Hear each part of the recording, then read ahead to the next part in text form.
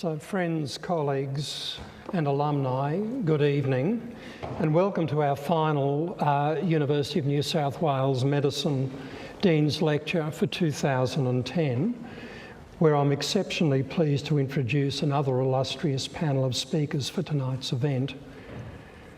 Before doing that though, I'd like to acknowledge the Gadigal people of the Eora Nation on whose traditional land we are gathered, and their elders past and present, the custodians of the land. I'm thrilled that so many of our valued stakeholders and friends can join us tonight for such an important occasion. And while I don't want to sort of roll off a long list of people I want to acknowledge, I do just want to acknowledge the support that we've received from our alumni, members of my advisory council and advisory circle, from our staff, students and the local community. Tonight we have over 1,200 people joining us here, and this makes it the largest event the faculty's ever hosted, and it's the largest faculty-based event ever held on the campus here. So I'm still looking around in wonder, it's great. We hope that you'll be inspired to join in the discussion at the end of the lecture, where we'll be seeking audience interaction during our question and answer period. And we are embracing social media, and so you'll be reminded of a text number to which you can send your questions. Now, while I'm in front of the microphone, I just want to make 2 points before I introduce our moderator tonight. Firstly, from the point of view of medicine, we're undergoing at the moment an unprecedented expansion of our research capacity. It's something that the faculty and the university hasn't seen in the 60 years since establishment of medicine. We've completed the $130 million Lowy Cancer Research Centre, and we're embarking on a major refurbishment and rebuilding of Wallaceworth, with a building which is approximately the size, maybe a little bigger than the present Wallaceworth building, which will be constructed between the old building and the property line. We will then refurbish the old building. So that's another, say, $130 million of work. I think it's important to realise that we will have very serious research programs underway, and that there will be a focus on these programs in cancer, neuroscience, cardiovascular disease, health services research that will actually bring the products of our research to the community in terms of better clinical outcomes. We do have that translational focus. The other thing that I just want to point out is our undergraduate medical program. We have a unique 6-year undergraduate program, and it is now the preferred destination for the best and brightest students in the state who wish to study medicine. It incorporates innovative pedagogy, while it embeds old-fashioned values of a strong science base. That means we do teach anatomy, pathology and physiology.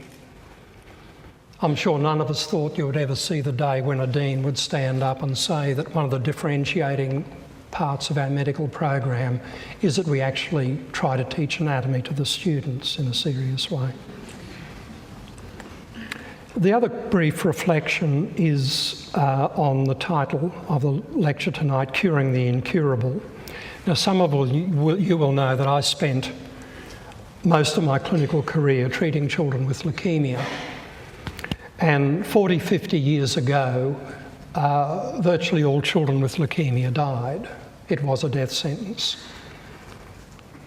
At that time, there were visionaries, and I'll name 2 of them. One was Faber in the US, and one was our own John Colbatch in Melbourne, who wouldn't accept the status quo, who were driven individuals and could see, perhaps even a little dimly in the first instance, that something could be done to treat these children using chemotherapy.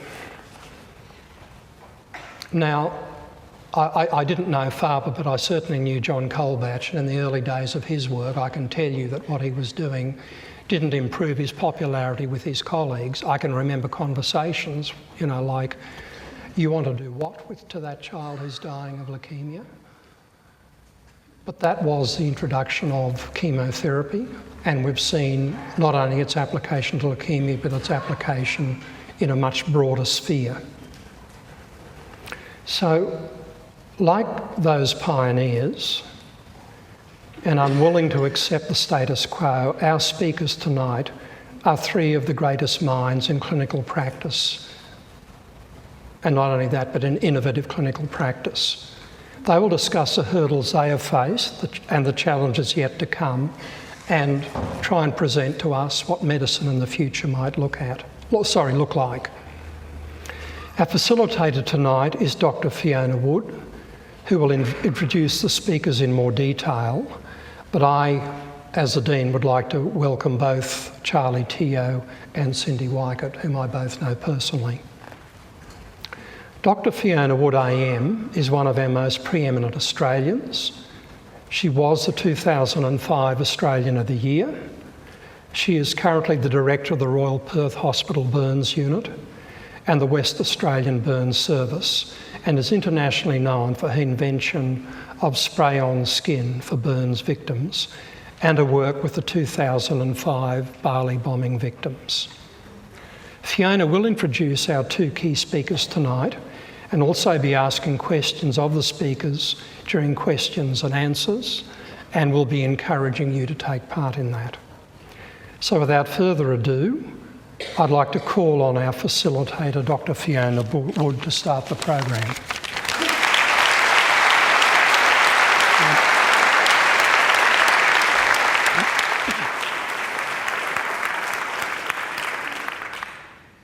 Thank you very much indeed. It's my honour to be here this evening to help you through the next hour and a half of what I'm sure will be stimulating and challenging to our very core.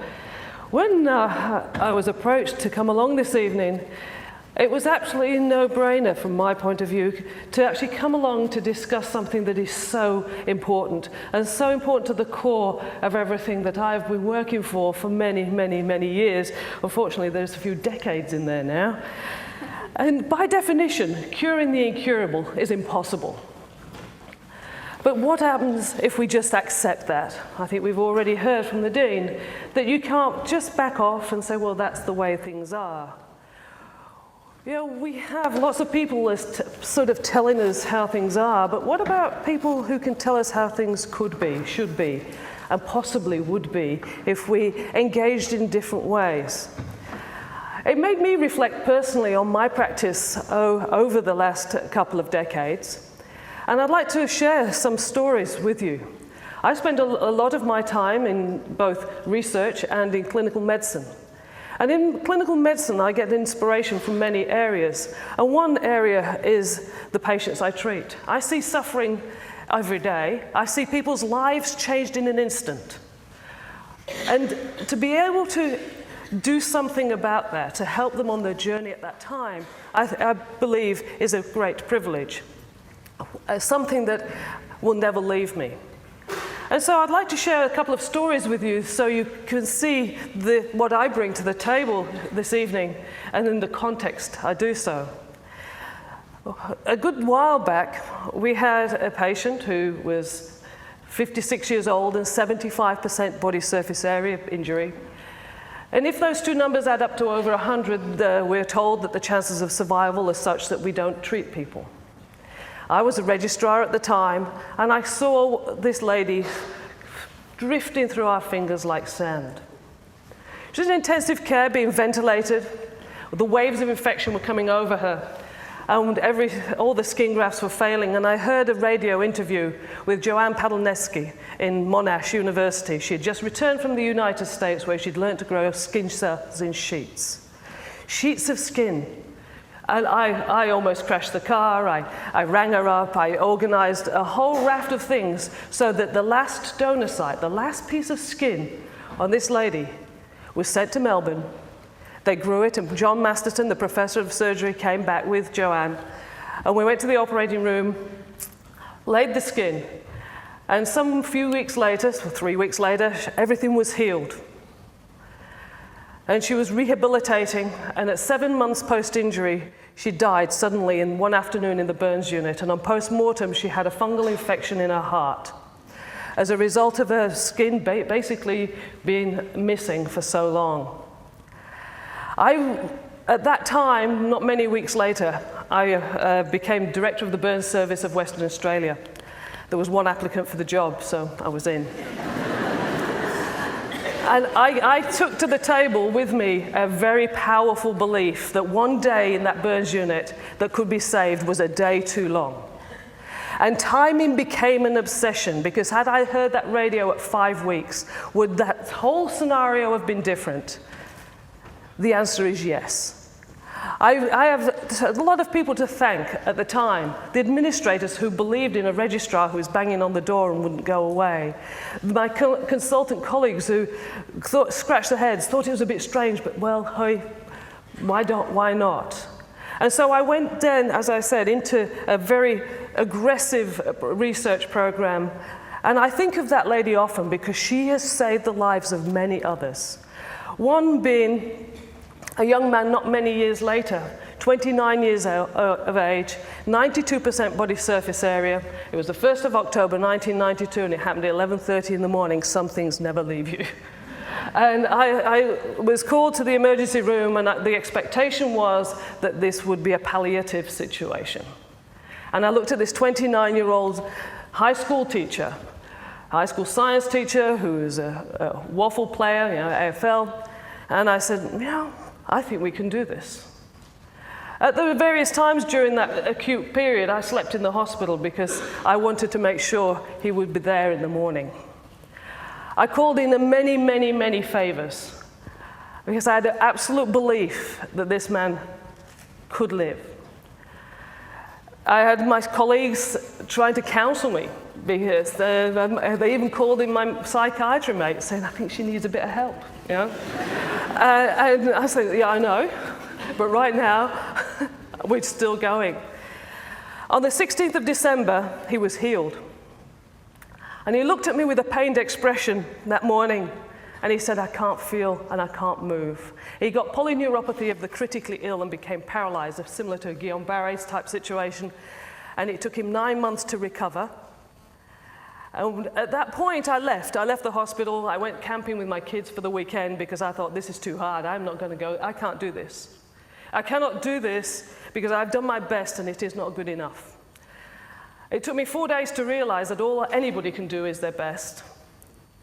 And I think it's fascinating how my life and his have been intertwined all the way through. He's survived, gone back to work, gone on to do psychology, done many amazing things in his life. And he's always there as the reminder that you never give up, and all you can do is your best. And so, and that's all you can ask of those around you. But if we hadn't challenged the boundaries, if I'd walked away that Thursday morning from the emergency room and accepted that in fact there was no choice, then he would have had no choice. So I think the challenge here tonight, curing the incurable, the question we're here to debate, the question we're here, it can be considered on many different levels in many different contexts, and we'll hear that with our speakers. And I think it's very important that we engage in this debate. We understand the implications and the impact, because life is precious. I believe very strongly that all I do is, as I've said, my best, and whether someone lives or dies is not my decision. But tonight, I'm here to facilitate your discussion, to hear your questions, and the questions, we have some already that have been emailed in. You can question, if you please all turn your phones off so we don't hear the SMS that's coming through this to the iPad that I'll have down at the front. So if you have a burning question as people are speaking this evening, just SMS it and I'll get that. I think the number will come up in a minute so you can see, but please turn your phones off. And of course, the lights will be on so we'll be able to see you and we'll be able to take questions from the floor. So with that, I'd like to introduce our first speaker. Charlie Teo, I think, is a very difficult man to introduce in many ways, and as such there's going to be a movie introduction for him. But I would like to say one thing. Charlie Teo is a man that has demonstrated his dedication to the advances in neurosurgery unwaveringly in about the same number of decades that I've been working as well. So I'd like you to draw your attention to the screen and have a glimpse into the life of Charlie Teo. Thank you. Charlie Teo is one of Australia's most radical neurosurgeons, the man to whom patients turn when no one else will even try. Look at you, you look good. Oh, so do you, Charlie? Troy Cord is one of those patients who turned to Charlie after his previous doctors told him to prepare to die. Look good, son. Oh, I am feeling great. He's about to find out if his last-ditch attempt at life has paid off. Yeah. I've always wanted to grow one of those things, I just can't do it.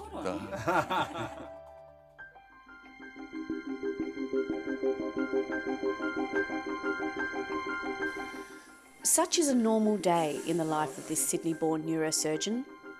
Educated at the University of New South Wales and now a conjoint lecturer there, he has a huge reputation for his treatment of brain tumours, skull-based surgery, neuroendoscopy and functional neurosurgery. Faith in his ability to heal what many consider inoperable is one of Charlie Teo's hallmarks. I'm great at neurosurgery, so what I do is I try and push the envelope more and more. All those diseases that were once called inoperable, I'm going to go through every one of them individually and see if they really are inoperable in my hands, with my support team, with the technology that I have available to me today. You know, do we really need to call those tumours or those conditions inoperable, untreatable, incurable? I think what I find most fascinating about the brain is that it's one of the last frontiers. We have this huge unknown, it's like an unknown universe out there to explore. Charlie Teo has saved the lives of thousands of people. We were basically told that to go home and make funeral arrangements. Oh my goodness, how good are you going? Fantastic. Oh gee. Okay, here's the vital scans.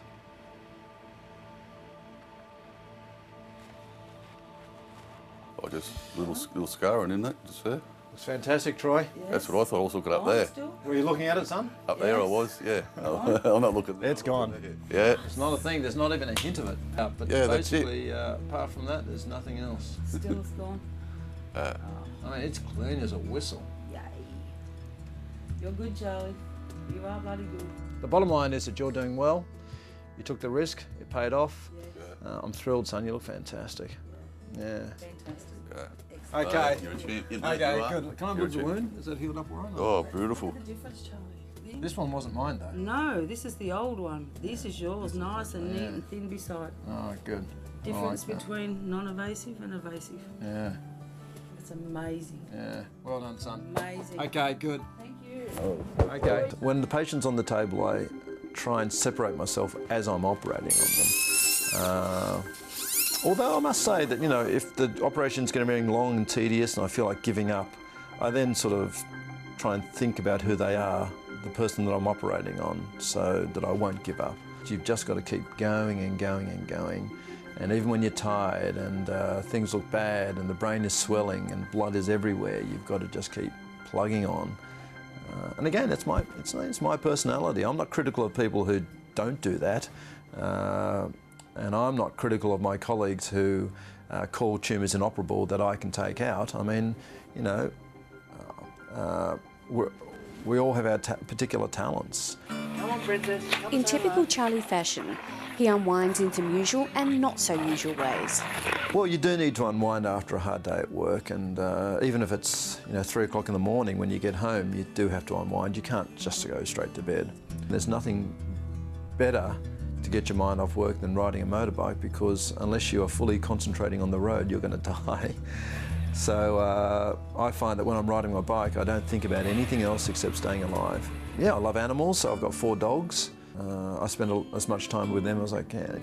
I like to think that I'm good at what I do, but I'm very bad at playing the bagpipes.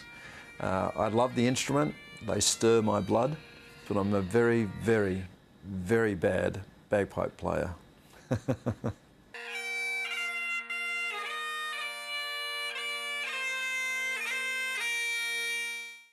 She has, unfortunately, a GBM, glioblastoma multiforme, the worst cancer known to mankind, the deadliest cancer of all cancers.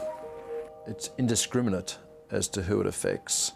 It affects the very young, the very old. It takes you out in the prime of your life. So this one is very, very highly malignant. This has grown in the last few weeks. Her scan a few weeks ago showed that, in fact, she had no recurrence. She was looking very good. We were very pleased, and then this suddenly popped up. This will hopefully buy her another 6 months take. Oh, that was difficult. Lights on, thanks, glasses off. These tumours are like the roots of a tree. You can take out the trunk, in other words, the bit that you see. You can even take out some of the large roots, but it's very difficult to take out the fine roots. You just can't do it. Well, you could, but you'd have to destroy the entire brain. So I see the three major categories that will formulate the future of neurosurgery are education, research, and I think the marriage of disciplines. And by that I mean technology being intimately related to the advances we make in surgery. Okay, well done. Thank you. From the bottom of my heart. No, it's a pleasure. Congratulations. Okay, so we'll see you in 6 months' time with another MRI scan. Yeah. Okay. They call you cowboy, mate, I'll tell you, but you're better than John Wayne. Hey? I can't get anything better than what Charlie's told me today. So, I mean, he's given me the best present. He's a miracle worker, and that's it.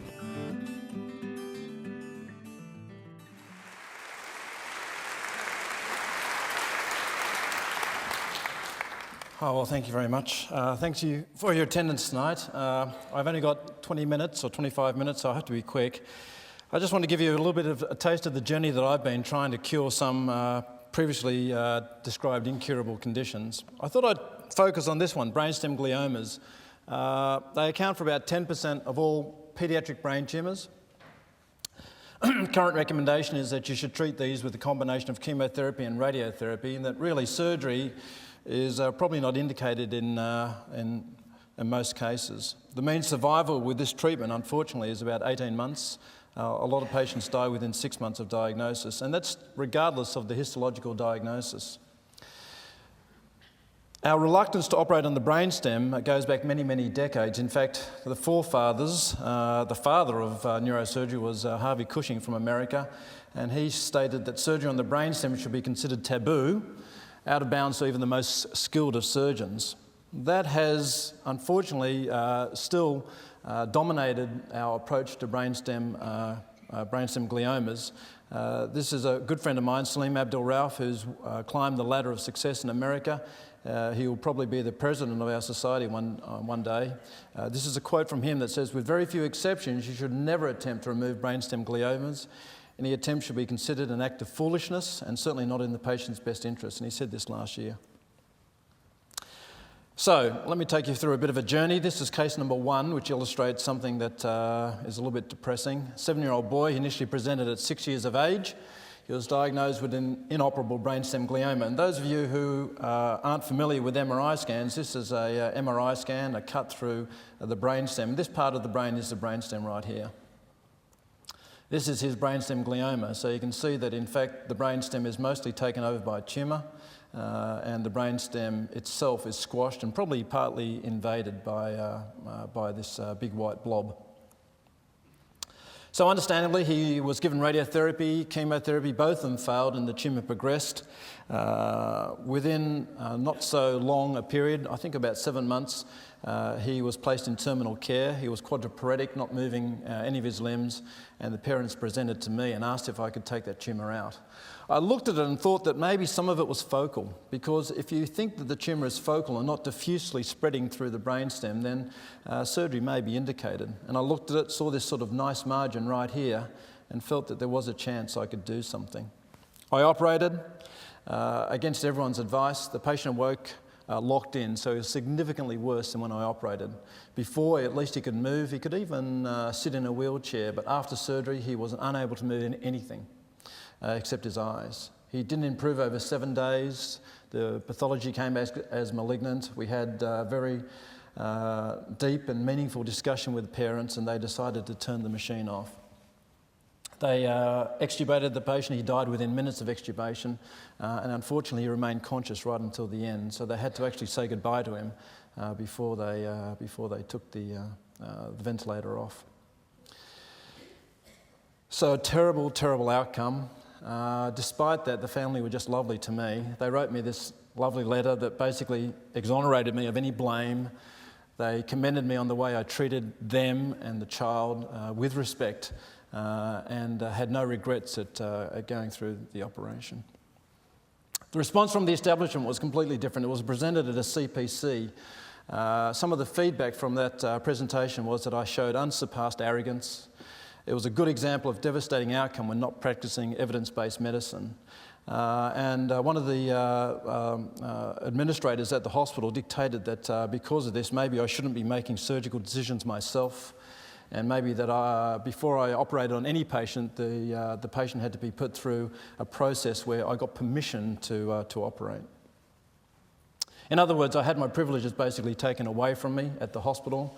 It's not the first time this was happening at this hospital. Professor Earl Owen was a plastic surgeon from many, many decades ago who actually reimplanted the first digit in the world. And he was telling me not so long ago when I met him that the very next day he was called into the supervisor's office and his privileges were taken away from him at the very same hospital. Case number 2 is an 11-year-old boy who presented with headache, vomiting, ataxia, diplopia. In other words, he couldn't walk well. He had double vision. He was vomiting. He was very, very sick. 2 attempts to resect this tumour by a senior paediatric surgeon in another state, another hospital, failed. The child progressed. He was sent home to die because the family refused to have radiotherapy when they were told that radiotherapy would not cure him. He was in a lot of pain, he was placed on morphine, and by the time he came up to Sydney for a second opinion, he was in a wheelchair. He came up by ambulance. I did surgery on him, took out that big white lump. He had double vision for about 6 months afterwards, but otherwise he was very good. And 4 years later, he was looking very, very good. 7 years later, he's got no recurrence and he's essentially cured. So a completely different outcome with that same brainstem glioma. In fact, it actually looked a little bit worse than the initial one that I showed you. Again, I thought that I would get a positive response from the establishment. Instead, I got a very negative response. A group of neurosurgeons from that state got together and decided to form a class action suit against me for unethical behaviour. They accused me of stealing patients from them, not communicating well with them, and they accused me also of going to the press through a mole, a family member who was working for that newspaper, the state's newspaper, and selling them negative stories about them, positive stories about me. Their main accusation was that I wasn't practicing evidence-based medicine. And this has been echoed through the years of me having the profile that I've had. 2 years later, a lot of you probably saw this advertisement. It was taken out in the Australian newspaper, and it basically said that Charlie Teo is a self-promoter, nothing more. He's not a pioneer. He doesn't do anything different to 98% of neurosurgeons. And in fact, if he does do something different, he should try and tell everyone that he does something different through the usual pathways, and that is by publications in peer-reviewed journals. So here are my peer-reviewed journals. Here are my publications in peer-reviewed journals. There's 34 of them in the last 10 years, probably more publications than any other neurosurgeon, and all of them stating the same thing, that we should be more aggressive with our surgery on these so-called incurable diseases. The 2 that I'd like to highlight, this one on brainstem gliomas, published in Child's Nervous System in 2008, again saying that it was worthwhile operating on at least focal brainstem gliomas with good results, and even some so-called diffuse brainstem gliomas may benefit from surgery. We published again in 2010, surgical outcome of patients considered to have inoperable brain tumours, and these were a group of 43 patients seen by MDTs, multidisciplinary teams, in children's hospitals throughout the world, including Boston Children's Hospital, Great Ormond Street, so very reputable centres, all calling these tumours inoperable. Of those 43, 28 are alive and cured, and the rest enjoyed at least prolonged survival before dying from their tumours. So I've often thought that I'm leaving myself wide open for not only criticism but medico-legal avenues, and so I've rather than go against the enemy, I got friendly with the enemy.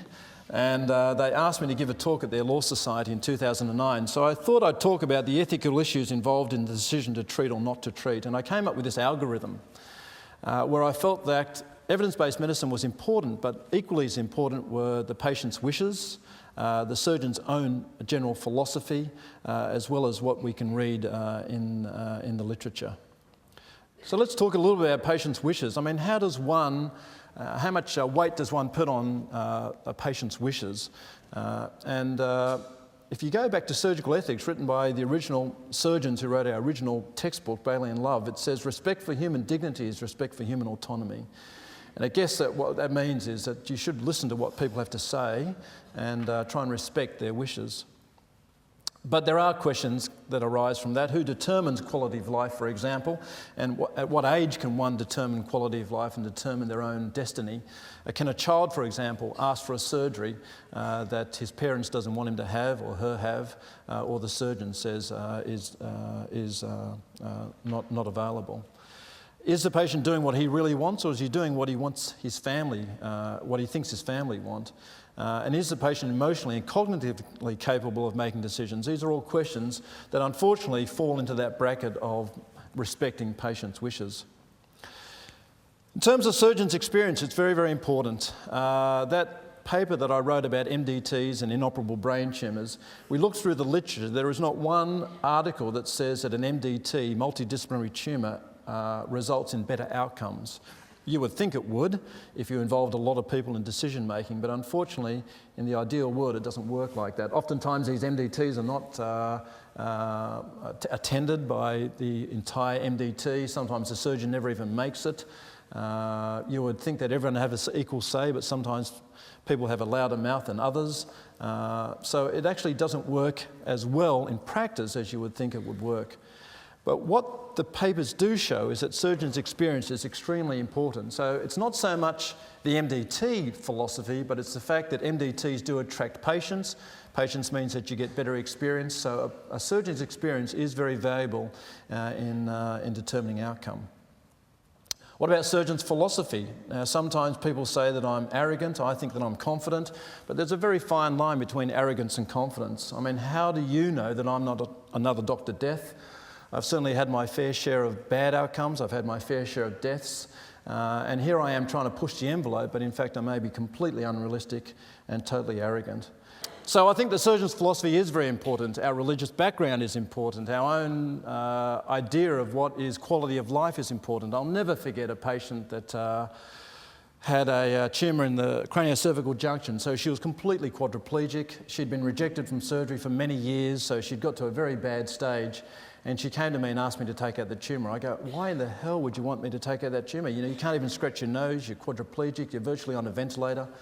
And she got really mad at me. And she said, how dare you tell me what my quality of life should or shouldn't be? You know, I've got 16-year-old daughters. Quality of life to me is imparting wisdom to my daughters. So if I can talk, that to me is a reason to be alive. And I realised then that in fact I should never project my own feelings of what quality is on my patients. But we're all different. And again, it's one reason why I'm never critical of my colleagues who give up earlier than I would, because, you know, we all have different philosophies and different ideas about the quality of life and the value of life. I think doctors by nature are conservative. Practice is governed by very strict regulation, and unfortunately today in the climate that we practice, a lot of decisions are made based on medico-legal concerns rather than really what is best for the patient. If a doctor reads in his pastime, if he drives a nice car, if he plays golf, surely that doctor is different to a doctor who rides a motorbike, who climbs mountains in his pastime and beats people up as part of his pastime. So again, we've got to at least put that into the equation, that we're all different and we all have different ideas about innovation and what is curable and what is incurable. Okay, now what is evidence-based medicine? Well, this is, I thought, my greatest enemy because everyone's been using it against what I do. There is no evidence for what you do. Now, I don't understand evidence-based medicine, so I thought I'd go to the very best. I called up Paul Glaziou, who works at the Bond University and is the director of the Centre for Evidence-Based Medicine there. I got directly on him, it was terrific, and I picked his brains for about half an hour on the phone, and he really did give me a completely different insight into what evidence-based medicine's all about. It has unfortunately been used incorrectly by a lot of people to think that this is the way we rationalise medicine, we rationalise resources. But in fact, the original inventor of evidence-based medicine, Professor Archie Cochrane, actually came up with almost the same algorithm that I came up with, and that is that you must also put in patients' concerns. He called it clinical experience, or I call it or the surgeon's philosophy, and best research evidence. So evidence-based medicine is a combination, it's the integration of best research evidence with clinical expertise and patient values. It should never, ever be just one without the others. Professor Archie Cochrane wrote his book, and if you read his book, and not only his book but also his autobiography, you'll realise that the man was a great man. He came up with his philosophy of evidence-based medicine when he was actually a prisoner of war in a German prisoner of war camp. He was a sole doctor in charge of 20,000 people. And it occurred to him while he was looking after those people that in fact maybe some of the treatments that he offered or didn't offer were futile. In fact, he shouldn't have been doing it. And where was the evidence? I'd never heard then of randomised controlled trials, he stated, but I knew there was no real evidence that anything we had to offer any effect on TB, and I was afraid that I shortened the lives of some of my friends by unnecessary intervention. So the aim of his philosophy was to try and give the best treatment to the most number of people, rather than limiting the amount of treatment as it's often said to do today. So in summary, how does one cure the incurable? Well, I believe a surgeon should treat each patient with dignity, being respectful of his or her wishes, gaining as much experience as possible with critical self-evaluation, and be aware of current medical literature that may show a procedure should be done to effect good or shouldn't be done to prevent bad. If the current literature shows neither, the onus is on the surgeon to offer reasonable treatment that may result in either cure or significant extension of life. If this treatment is unavailable, the doctor should search for it, stopping only when it is found. So how does one do that? Well, I think you have to surround yourself with good people. I think the team philosophy is incredibly important, especially today with so much knowledge around. We cannot ourselves hold all the knowledge and give the patients the best treatment based on a single person. So I make sure I surround myself with good people. I've got good research fellows, clinical fellows. I've got extraordinary medical students. I take in a lot of work experience students to try and motivate them and inspire them, and I'm not good at lab research, so I've surrounded myself, what I think, is with the best research team. This is Kerry McDonald here, who works at the Lowy Cancer Centre. It's good to incorporate not only the team outside the operating room, but also inside the operating room, and again, this idea of team spirit, I think, is very important, and it is what makes you good and thrive for excellence. I think we need to support research. Again, if you're not good at it, at least fund it. So I started the Cure for Life Foundation in 2003. I'm very proud of this. We are now the largest, well, have been the largest funder of brain cancer research in Australia for many years. We've raised almost $6 million, and a lot of it is going to fantastic research, not only here in Sydney, but also interstate. I think the future is very, very, I think it is changing, and I think it's changing pretty rapidly. I think we need to select medical students in a directed fashion. Now, I don't quite know what that means, but if I could try and explain it to you, I teach a different set of medical students every 8 weeks when they rotate through neurosurgery, and I am surprised and blown away at their honesty. I've said to them, some of them, who I don't think are going to be good doctors, you know, why are you doing medicine?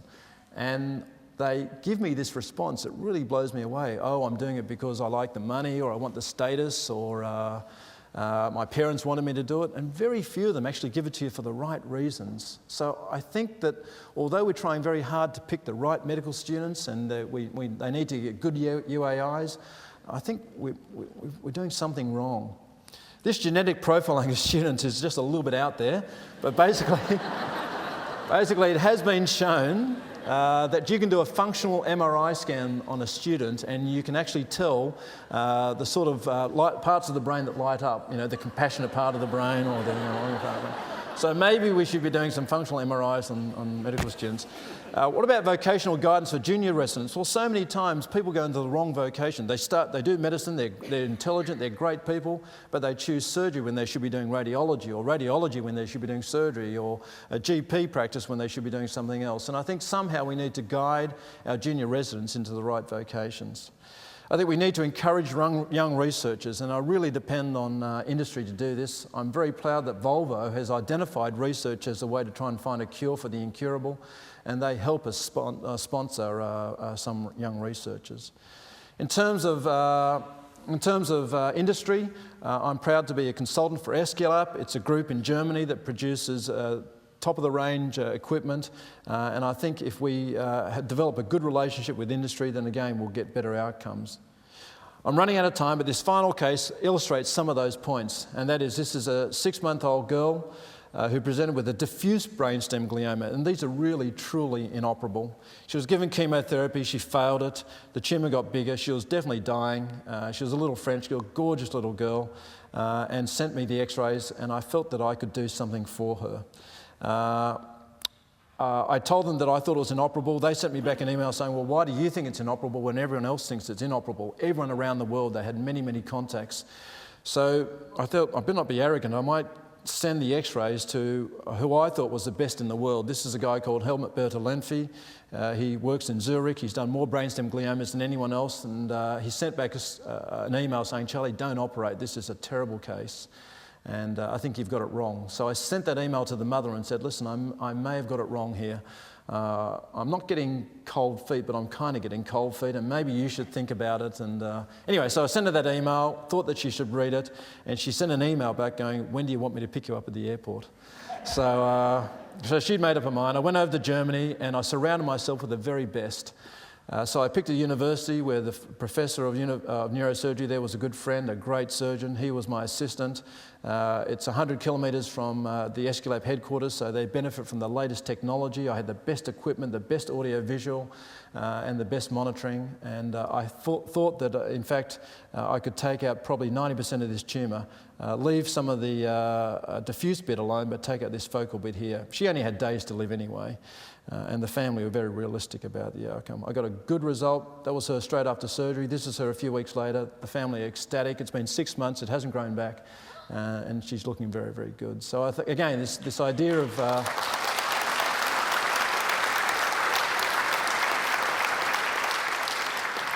persevering, trying to think outside the square and surrounding yourself with good people. That's me.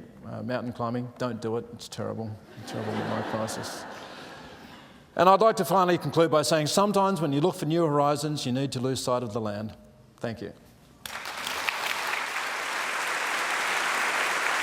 Thank you very much indeed for certainly a lot of food for thought there, and I hope you've all started thinking about all those questions that you're going to ask Charlie. And I'd like to now change a little bit, tack a little, and introduce to you Professor Cyndi Weickert, who is very, very, very, very insightful of University of New South Wales to go off and recruit her to the Macquarie Foundation Professorship in Schizophrenia Research. And I think it's telling that in 4 years she has 3 NH and MRC grants, one of which was with her husband in clinical translation. And I think it's an area that is seriously in need. She told me earlier this evening that many of the therapies date back 5 decades. So why? And I think to have people dedicated to the cause, dedicated to research in this area is clearly essential, and we're very fortunate here to have somebody of this calibre who will be introduced again with a short video, and then we'll take the stage to really stimulate you and challenge you with this question of curing the incurables with respect to schizophrenia. Thank you.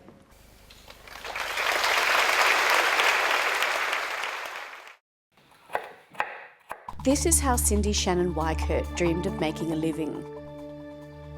Just how she became one of the world's leading authorities on schizophrenia is a personal and often painful story. Cyndi and her twin brother Scott grew up in New York. It was a normal American family life. But when Scott was a teenager, things started to change.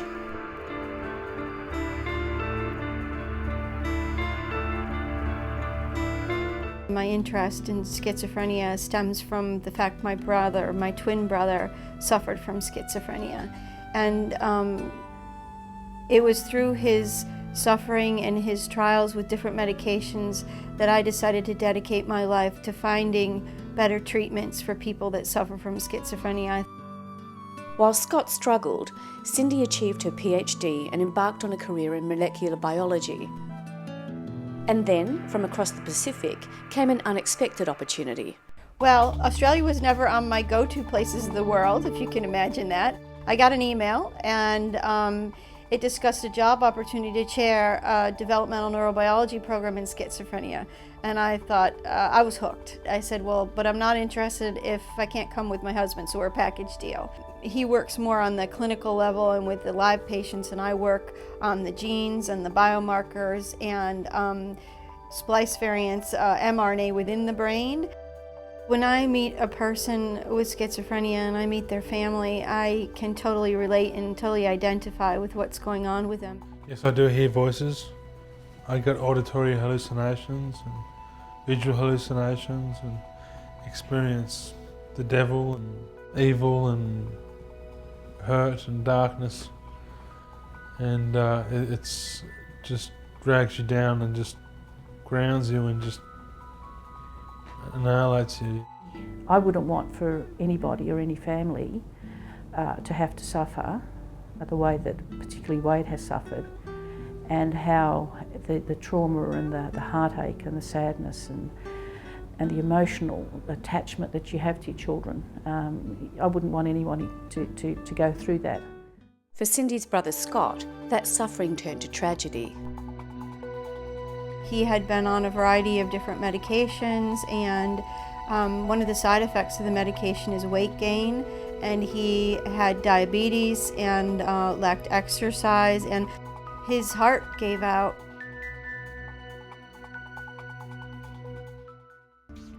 Individuals with schizophrenia don't have a very different brain from normals. It weighs about the same, it's about the same size and certainly the same shape.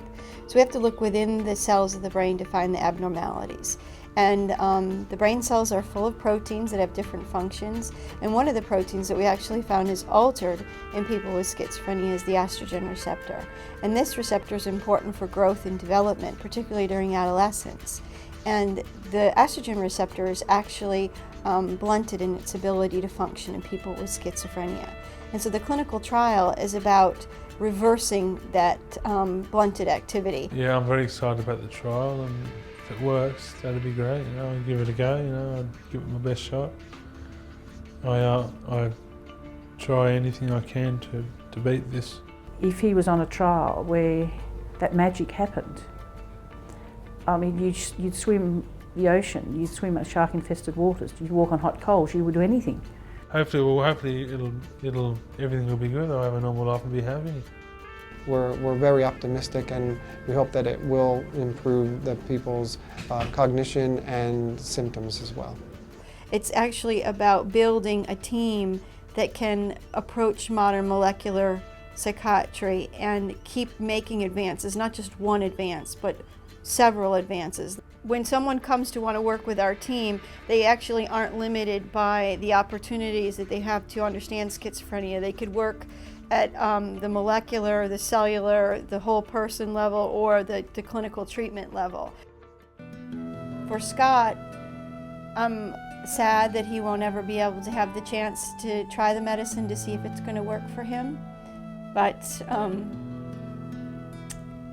sometimes when I see the people that come through the door, they remind me of him.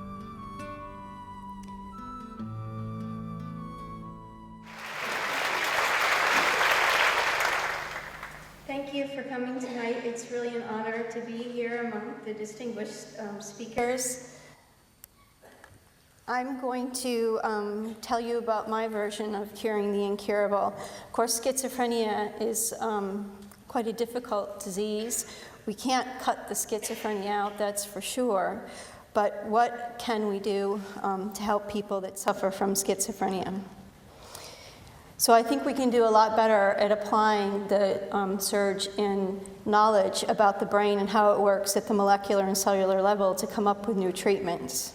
Just to put that in perspective, I'd like to go over just a brief history of schizophrenia. It was first defined in the late 1800s as a distinct diagnostic entity, one where individuals suffer from hallucinations and delusions and often had a deteriorating course. So neuropathologists actually looked for the cellular correlates of this disease and actually found nothing.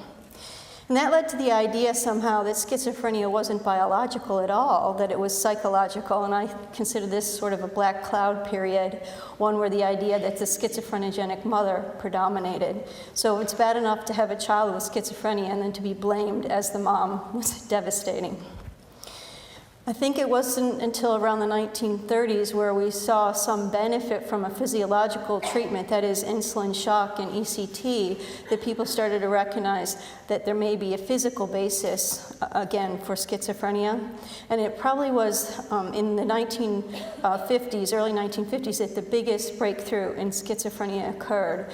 And that's based on a chance discovery that chlorpromazine actually was a benefit to people undergoing surgery, and the clinical insight of the doctor at the time saying, hey, maybe this will work for people with schizophrenia, and just trying it and seeing that it benefited the positive symptoms of people with schizophrenia and led to a revolution in how we treat schizophrenics, and that they no longer have to be institutionalized for life but can actually live at home and in the communities.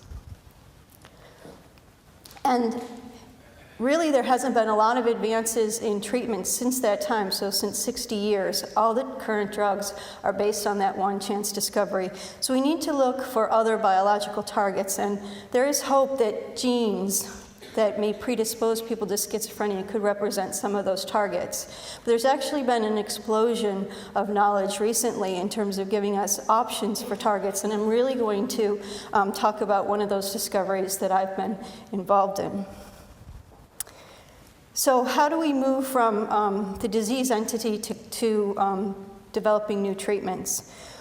Well, I think one of the most important starting points is to use clinical insights. What do we know about the disease? When does it occur? Who does it impact?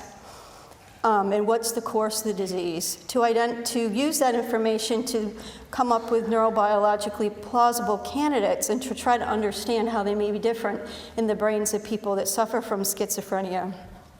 And in that way, we can identify new drug targets. And we don't necessarily have to come up with brand new drugs, because the pharmaceutical industry is creating thousands and thousands of drugs that target different molecules or gene products in the body, in the human body. And so there's a whole plethora of existing drugs that are already known to be safe that can be applied once we know potential targets. And then to move that into clinical trials. So what is one of the major clinical insights? And I think this really comes from the observation that individuals that suffer from schizophrenia typically have their first signs and symptoms in adolescence. So these beautiful girls here are young, and they're very unlikely to come down with schizophrenia. There is a childhood onset form, but typically the age of onset would be 8 years of age. The other thing that's important in thinking about the clinical course of schizophrenia is that women are somewhat protected. So not only the fact that these girls are young, but the fact that they're female is a benefit to them. So in thinking about this a different way, if we look at the incidence of schizophrenia across the course of life, what we see is that males are more typically to come down with schizophrenia during adolescence. You've got almost a threefold increase in incidence, and they actually not only get it earlier, but they tend to be less treatment responsive and get the symptoms more severely. Women actually tend to get it later on in life, and the other observation is at times when women have high levels of estrogen, such as in pregnancy or during certain phases of the menstrual cycle, they actually have an alleviation of their symptoms and sometimes can go into remission. And we know that, that females with schizophrenia, their symptoms can get worse when their estrogen levels were low. So coupling those two observations together led me to believe that sex steroids are playing an important and modulatory role, at least in the symptoms of this disease, and might be involved in the etiology. But we have to reconcile two apparently very discrepant pieces of information. One is that I'm saying in males, somehow this adolescent increase in sex steroids is a trigger, possibly acting through testosterone, and that estrogen or estradiol is protective.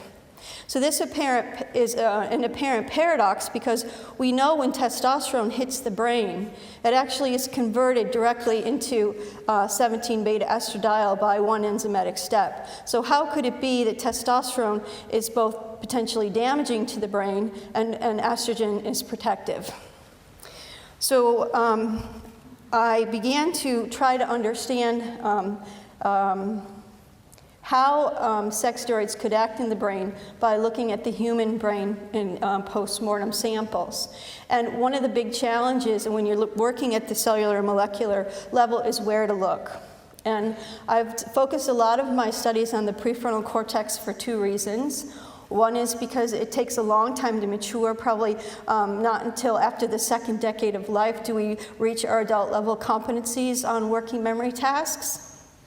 And the other reason is because the prefrontal cortex is known not to be activated properly in people with schizophrenia. So their physiological deficits involve prefrontal cortex, and their behavioral deficits, including lack of foresight or planning ability and organizing their thoughts, for example. But you're really faced with a challenge even when you've narrowed down at least one region of the brain, the prefrontal cortex, because here's a slice of the prefrontal cortex, and if I go back for a second, you can see this is a gyrus here and a sulcus, and you go to the cellular level, here's the pial surface of all these neurons packed in here, and here's the white matter. You have millions and millions of neurons, and when you look at the neurons, you see that the density is normal in people with schizophrenia, if anything, slightly increased. But overall, there's not a dropout of cells. We have to actually look within the cells for the pathology, within the neurons themselves. So one of the first things I wanted to do is show that the sex steroid could directly impact the prefrontal cortex. And this was a real controversy in the field, because people thought, well, our higher level reasoning ability wouldn't be affected by something as basic as testosterone or estrogen, for sure. We wouldn't want to be confused by those sex steroid signals coming in. You know, our reasoning should be above that. But in fact, what you see here is the pial surface. You're looking at an mRNA and C2 hybridization for estrogen receptor. And you can see that in the dark spots here, that estrogen receptor is distributed throughout the gray matter. We see some evidence of signal in individual cells. In the white matter, there's actually some neurons distributed here. But importantly, we found no difference between men and women in their estrogen receptor mRNA level. And we didn't find an overall difference between people with schizophrenia and controls in the amount of estrogen that they were making in their prefrontal cortex. So this didn't support that they would actually have any different response to the adolescent increase in sex steroids. But I wanted to ask the question further, what about the protein? Because the mRNA is just the intermediate between the gene and the protein is really the business end. And the protein, the estrogen receptor protein, is modular and has a spot in the protein where it actually binds estrogen. So this is called the C-terminal region, and has a spot where it binds DNA. So these different components are coded for by different parts of the gene called exons, and so we'll have to remember that later on in the talk. So what I wanted to understand is how could the estrogen receptor maybe function differently in people with schizophrenia. So when the estrogen comes into the brain, it diffuses into the neurons and actually can bind to the protein, and they partner together to translocate into the nucleus and sit down on the DNA and turn on genes and turn off genes. And this is just give you an example of where estrogen is found in the cells. The blue is actually the center of the cell, or the nucleus, where the DNA is. And in the green, you can see a protein that's distributed to both the cytoplasmic compartments and the nuclear compartments. Our estrogen receptor, in this case, is mainly nuclear because these cells have been treated with estrogen, which drives the estrogen receptor into the nucleus so that it can interact with the DNA. And you can see here in the pink and lilac that actually the estrogen receptor is overlapping with this nuclear signal. What we found with people with schizophrenia, when we looked for the estrogen receptor, this time in a brown stain, we can see the normals have a lot more estrogen receptor in their nucleus than the schizophrenics. And this suggested there could be a problem with the type of the estrogen receptor. So not necessarily the amount, but how it was distributed in the cell, how it was functioning, and the type of estrogen receptor available. So we turned to molecular biology to look at the different splice variants of estrogen receptor. So when you look at a gene, we think one gene, one mRNA, one protein. That's not really true. We actually have a gene here that's modular. So what happens when you transcribe this from DNA into RNA, you actually cut out a lot of these in-between regions that look like a zipper. And you splice together, your body splices together, the different colored squares to give rise to a transcript that codes for a protein. So we expected to amplify this to help prove that the estrogen receptor was indeed there in the prefrontal cortex, and we were surprised to see that not only did some people have just one band, which is a fully functionally long form of this estrogen receptor, we'll call this wild type, but this next person here had multiple varieties, and this one had even more variety of this one transcript. And we went on to characterize what these exactly were, and this just gives you an example that when we clone this and sequence it, we can see that some of these transcripts code for delta variants. So that means if you think about this transcript as having 1, 2, 3, 4, 5, 6, 7, 8 exons, the purple one is missing, so we call this a delta 7. It's missing the 7th exon. And what that can do to the protein is actually cause it to have different functions, lose some of those functional domains, or even have a stop codon that truncates the protein. So this gives you a schematic overview of what would happen in the case that you get a splice variant. So the wild type fully functional receptor has all of its component parts. It can bind estrogen, translocate to nucleus, and bind to DNA. In normal individuals, they're very likely to have this wild type fully functional receptor. We found that people with schizophrenia actually are more likely to have this mutant form, and in fact are missing this estrogen binding domain. That means when the adolescent increase comes to respond to sex steroids, they would fail to see that. And in order to prove how that works, we actually set up a luciferase assay, and you have the receptor being able to activate gene expression through light. And you see here that this estrogen receptor binds to the DNA. The normal is able to induce it, but when we have our mutant form, it fails to induce it and actually interferes with the normal's ability to do its job. When we add estrogen, we can see a big induction from the normal wild type. Again, the mutant fails to be activated and actually interferes with the wild type or the normal receptor.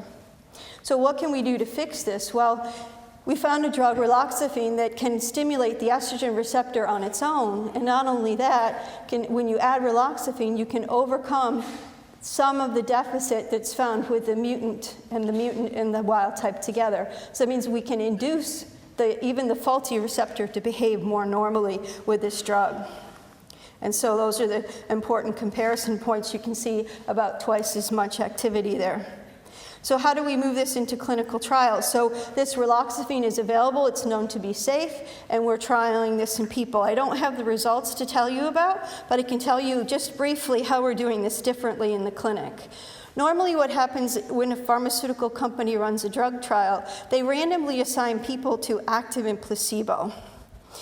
What the problem with that is if you have a schizophrenia for different reasons. So individuals are a mixture. They have different biological causes for having schizophrenia. And so what might happen in your population that you've randomly assigned to active, only a subgroup are going to be responders. And some are going to be phenocopies, have schizophrenia for a different reason and fail to respond. And some may even have a deleterious response. And you'll never actually pick this up in this kind of a design.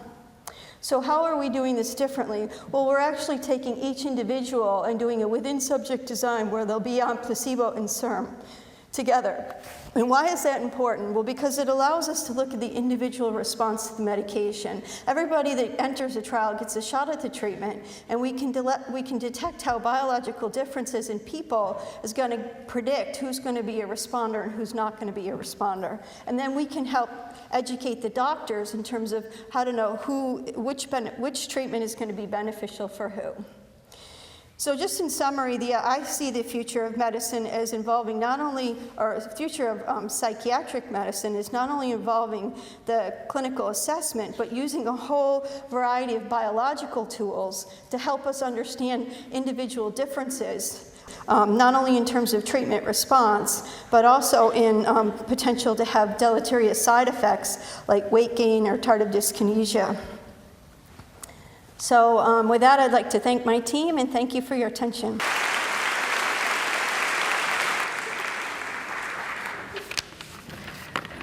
Thank you very much indeed, Cyndi.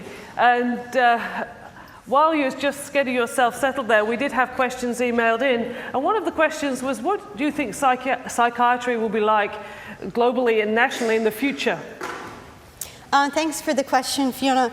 I think we're actually moving towards what I call P-cubed, which is personalized preventative psychiatry. So using insight into how individuals vary biologically to tailor treatment so that we understand which medicine is going to work best for who before we enter in a trial and error process from the perspective of psychiatric medicine, and also knowing who's at risk for these deleterious side effects like weight gain or other blood side effects due to clozapine.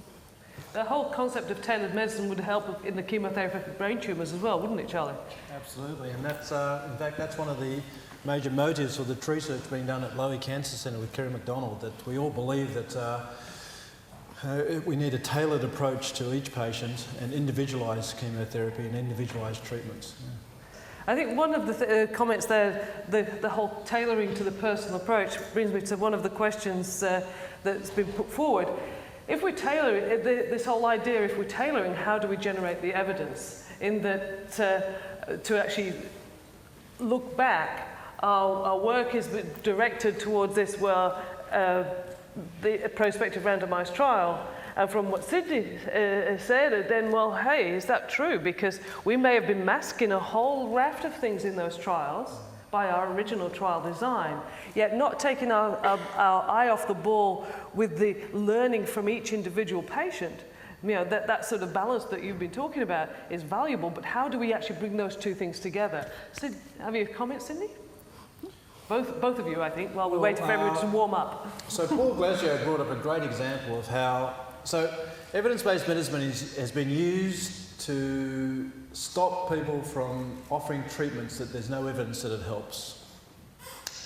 But that unfortunately fails when it comes to diseases that are very rare, for example, where you can't develop the evidence, or there's just not enough patients and each individual doctor doesn't see enough of those cases to develop enough figures to have statistical significance. But he brought up this great example of how if you have a dramatic effect, then that's enough evidence. That's enough evidence to make recommendations. For example, deep brain stimulation for Parkinson's disease or movement disorders. It's very clear that when you put the stimulator in, you turn it on, they stop tremoring. When you turn it off, they start tremoring again. Well, I mean, that's all you need, basically. A dramatic result like that, as you might get a dramatic result to chemotherapy or to surgery, is probably enough in those rare diseases to make recommendations. But I think it's interesting, what about the less rare? Schizophrenia is not rare at all, is it, Cyndi? My answer to the question is that we need to be a lot more cooperative. Instead of just depending on one clinical doctor working in isolation, we need to have a network of information and some kind of core biological and psychiatric information that we can share as a network. And perhaps even going back and trying to reevaluate patients that were in particular drug trials and getting their genotype, so looking to add information back to failed trials, in fact, and to get individuals to think more about trying to amass these clinical samples that will give us the power to detect these clinical differences rather than working in isolation. I won't do a full biography, but Robert Lansdowne, actually from the Museum of Human Disease here at the University of New South Wales. Thank you. Charlie, I'm interested in, obviously one of the reasons that there's some concern and also resistance to more aggressive sort of treatments is because of the effect it has on human lives. I'm wondering whether, what options there are in testing on animal models, which obviously happens a lot in medical research is one thing, obviously, and there's different types of tumours and what's been done in that regard, and also what contribution you see things like nanotechnology and more accurate and refined sort of surgical tools to more finely take out these tumours and what improvements that might provide. I think there's a couple of questions there, Charlie. So in answer to the first question, there aren't any good animal models for surgical trials. Now we do have a mouse model in which we can create a glioma, and those models are good to test chemotherapeutic agents and even some radiotherapy type treatments, but in terms of surgery there's no good animal model. So that's unfortunately the situation there. In terms of nanotechnology, well, there's a whole session on that in the meeting that I'm going to on Friday at CNS in San Francisco. Suffice it to say that we're all very excited that nanotechnology may help us deliver the treatments to brain tumours. Trouble with the brain is that there is a thing called the blood-brain barrier that protects the brain from toxins, but it also protects tumours from toxins, and chemotherapy unfortunately is a toxic agent. So we're trying to use nanotechnology to carry some of those chemotherapeutic agents across the blood-brain barrier, and we're starting a trial actually at my centre on that in the not too distant future in collaboration with Johns Hopkins. So we are getting into it, but at this stage it's in its infancy stages. Thank you. One of the questions that's been put via SMS is around the economics of all this. And as you're discussing nanotechnology and the advancing technology, that becomes, potentially very costly. I mean, there's the cost of the advancing technology and the cost of delivering the service, the cost of doing the research. How do you believe we can actually balance all those balls in the air? Question for both of you.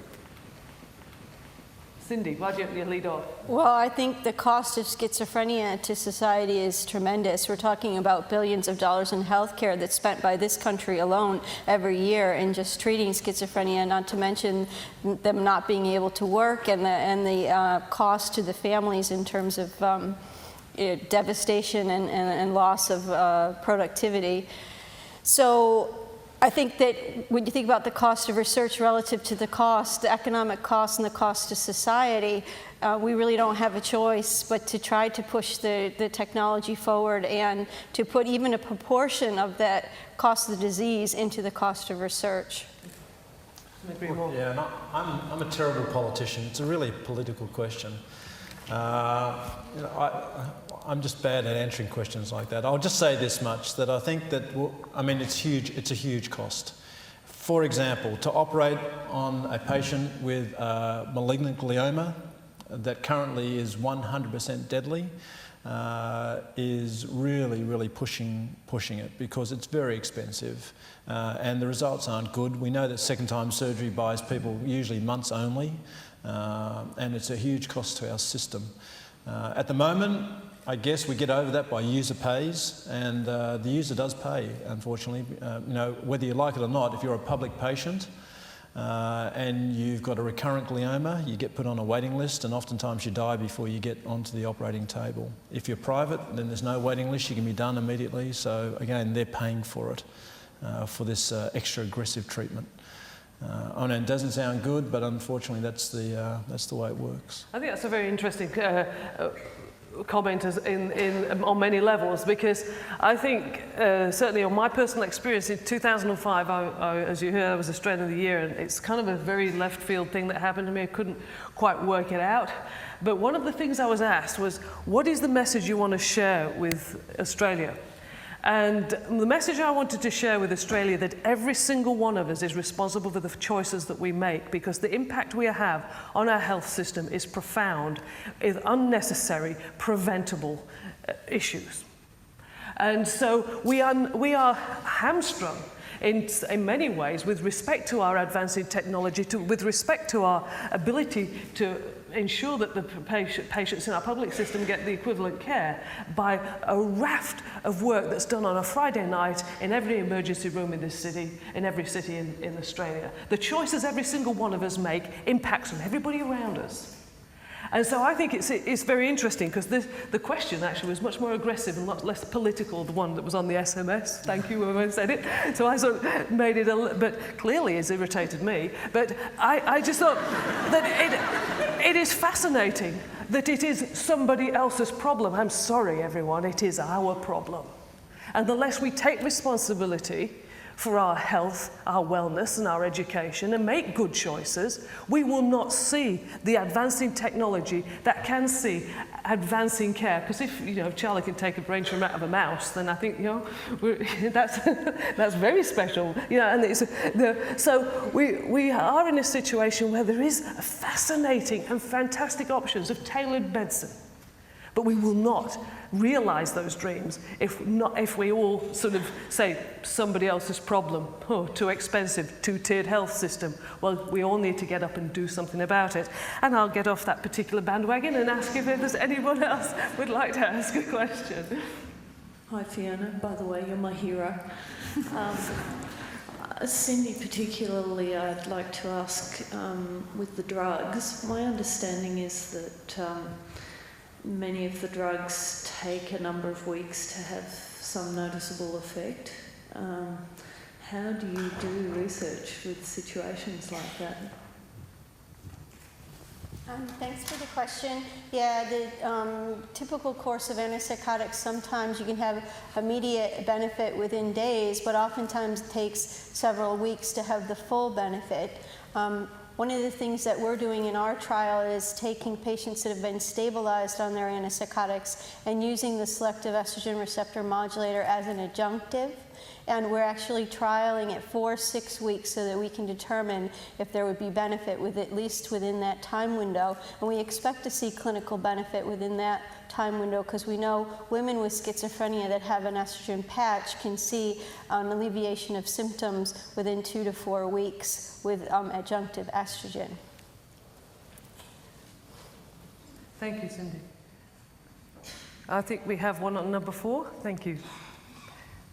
Hi, my name is Jennifer Chen. I'm actually from Hong Kong, and my association in coming this evening is that my husband died of a GBM tumour 2.5 years ago. And about 1.5 years ago, we established a combined neuro-oncology clinic at the Prince of Wales Hospital in Hong Kong, which is attached to the Chinese University of Hong Kong.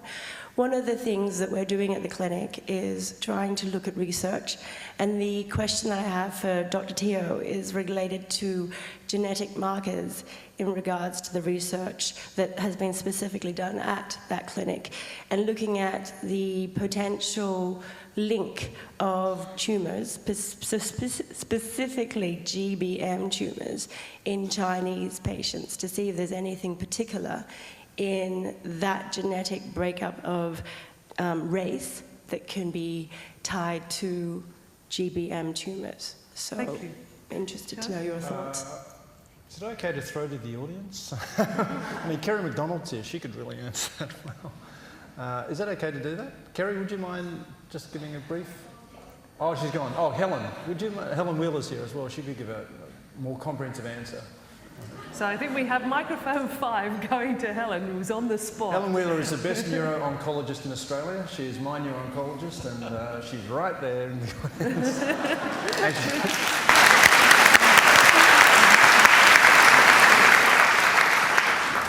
I'm certainly no molecular geneticist. I'm a medical oncologist that prescribes drugs, but there's a program going on in Australia called AGOG, where we're trying to take blood samples from everyone with a glioma, and that will be compared on SNP analysis to a baseline population of 10,000 without glioma.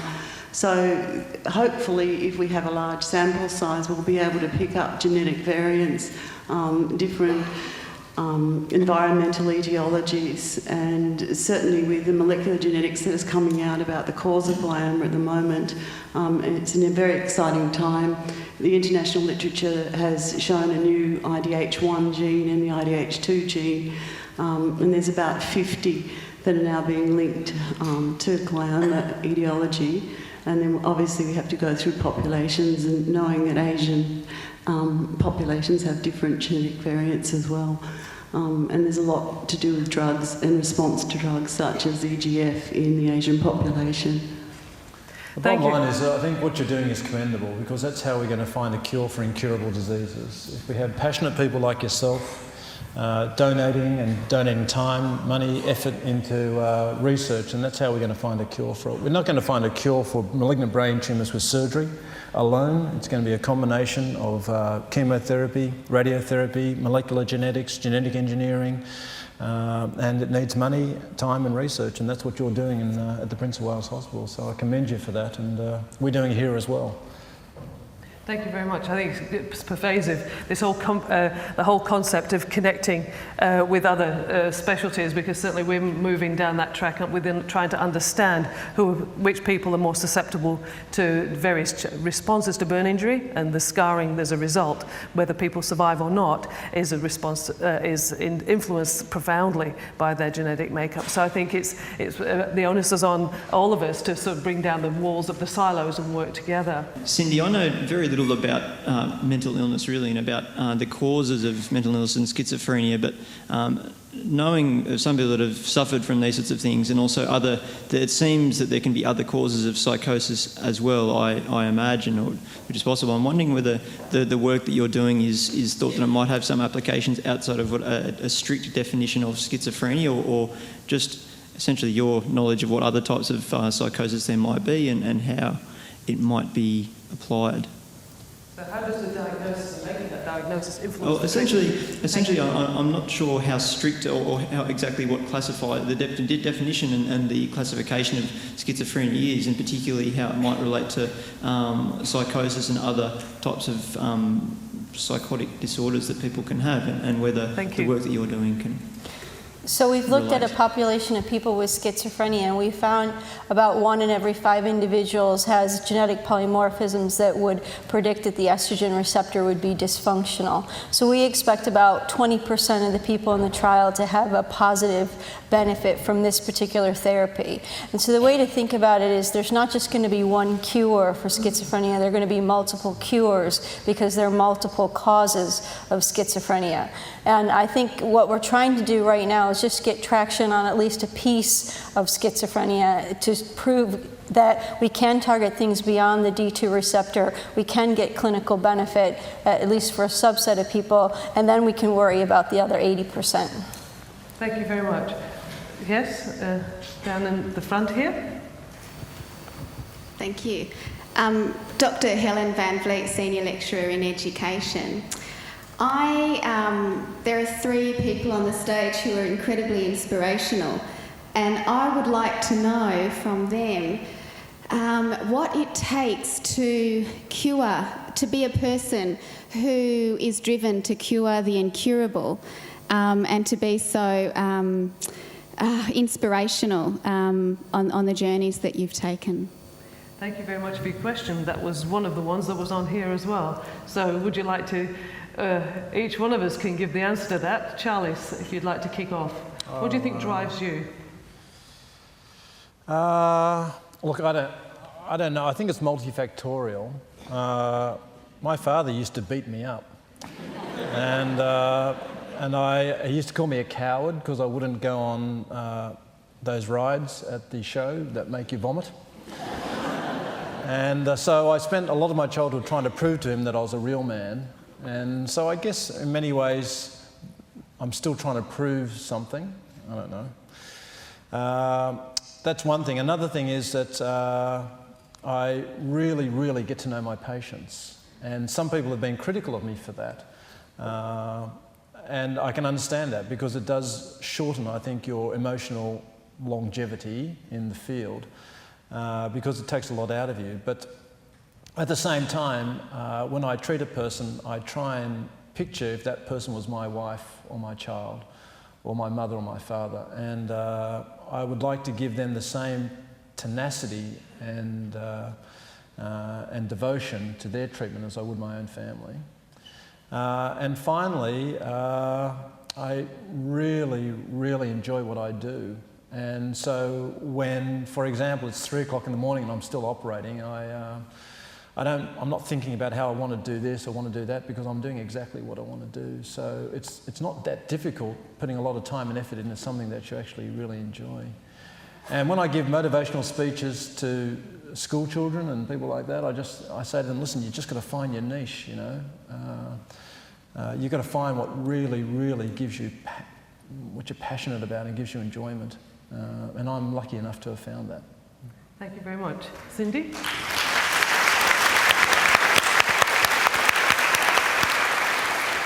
Well, I guess for me, I've been trying to cure schizophrenia now for 30 years, and I haven't cured anybody. And it's taken... And for me, I guess what it takes is a tremendous amount of persistence. So echoing Charlie's sentiment earlier, and persistence in terms of when you're at the bench and your experiment fails, when you submit your paper and it gets rejected, your grants don't get up. But you have to pick yourself up, you have to motivate yourself to keep trying, do those experiments again, replicate, submit it to another journal, revise your grant, find new collaborators, and motivate your team when they experience these same brick walls. And I think for me, the passion of having a family member that suffered from schizophrenia is really what motivates me. So I think of him and I keep going.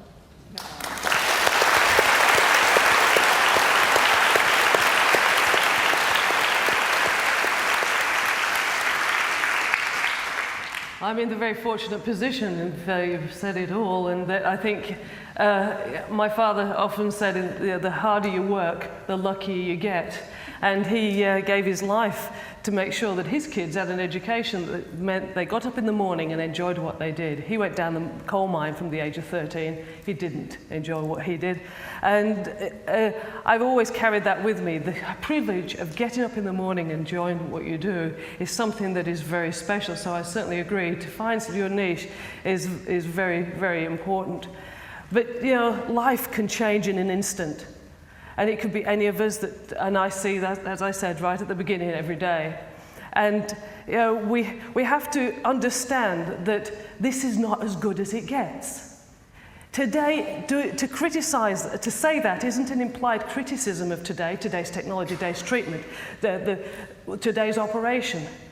You should do your best on that day. But the very, very, very crux of the matter, the actual underlying it, is when you walk away from that operating theatre, from that lab, or from wherever you are, you've got to be thinking, how could I do that better tomorrow? Because tomorrow we have to learn from today's experiences to enhance tomorrow's performance. That's why I'm here, because that, curing the incurable, that's just today.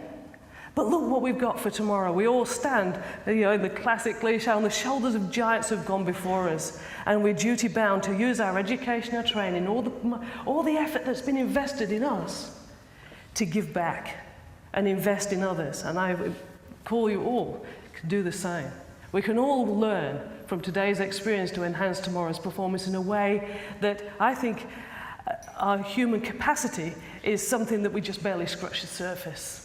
You know, we could all do a whole heap more, and you know, and we'd enjoy doing it once we start connecting with that positive energy. Another, obviously, bit of a hobby horse. So I would just like you to join me in thanking two amazing people very much.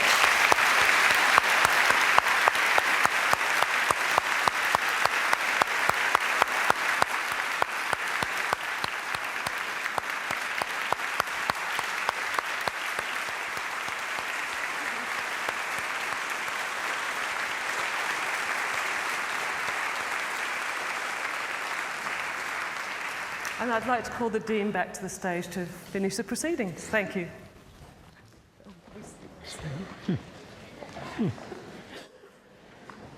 Thank you. Okay, ladies and gentlemen, this concludes our event for this evening.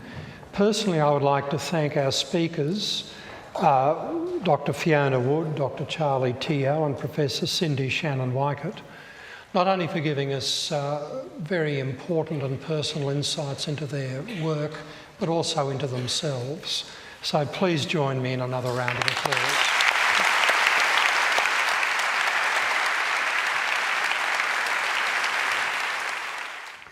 Now, events like this don't just happen. There's an enormous amount of work that has gone on over a long period of time. And to bring this about, I would like to thank Dr. Matthew Miles and his team at the Office of Development and External Relations in my Faculty of Medicine. And specifically, I'd like to thank Erica Ford, Maria Backlund, Brooke Thornbury, Nikki Power, and also Mary O'Malley and the team at UNSWTV.